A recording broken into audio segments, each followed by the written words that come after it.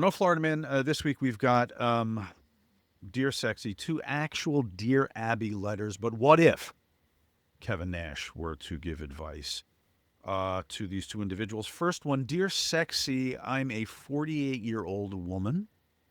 When I was 17, I hooked up with this guy who was part of my friend group. I knew he had a crush on me, so I decided to have sex with him in his car. It meant nothing to me, but everything to him. He's tried to reach me over the years. If I was married, he was single. After my first husband died, I did meet up with him briefly. I guess I shouldn't have done that. I asked him if he wanted to date, but he was married. His marriage didn't last long, but he was upset when I met a wonderful man and was dating. That wonderful man and I are now married, and my old high school hookup is pouting and upset. He's declaring his love for me and insisting that I leave my husband for him. I'm not going to do that. Is the fact that he's still in love with me after 30 years romantic or creepy? That's from Got History in Texas. Usually, when something like that happens, it's almost impossible to still be in love with the human being. I think the person is in love with the idea of being in love with a human being. But And in love with the idea of the person 30 yeah, years ago. yeah, it's just like there's not like you get to a point in your life when that's kind of where you want to be because you know that that's where you. I mean, it's just like I used to think about because I really like significant women in my life. I would think. I mean, let me think how many there have been.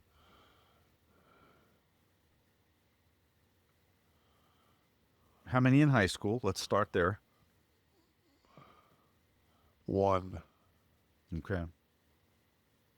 College, one, Germany, one. all right. We're at three. And then when you came back here after basketball and you were bouncing, anyone in your life at that time? Yeah, no, just the next person would be my wife. All right. So four. Right? Is that the right count? Four?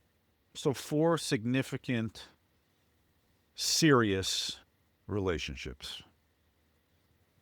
That's probably, I mean, that might be the average, right? For people like long term, several years. But for God's sakes, Kevin, if we're talking about the one in high school, there's no way. Yeah, that's what I'm saying. I'm going back to and thinking about that. I'm like, Jesus, man, like number one, like when you think back to somebody in high school, she's 17.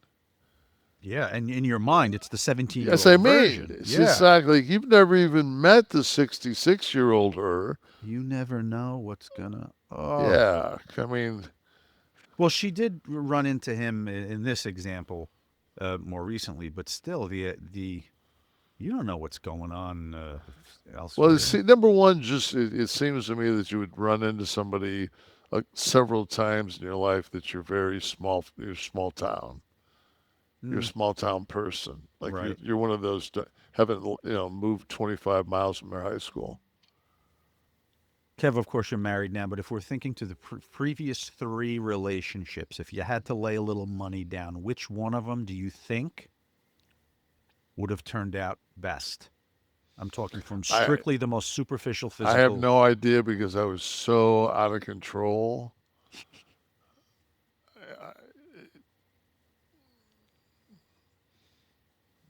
I mean, it's just no. It just I wasn't this person, so But I'm saying that which of them do you think, if you ran into them today, you'd be like, hey, not bad. I Well don't know. done. Because I don't know how they turned out. Like if Did one of some them's eat a, better? Did some work out? well, Was it doesn't fitness? it doesn't physically is the least of my worries. It's going to be mentally. Were they Like, insane? Any of them? no, but I'm just saying, where are they at now? Like, what's their beliefs? Oh, I just kind of meant if you saw one in the supermarket, would you go, Ah, "Hey, well, if Barbara"? you're gonna play superficial, Yeah, of course I am. I would probably. I mean, Denise was the most attractive of the three. All right, Denise. White chick? Huh? White chick? Yeah.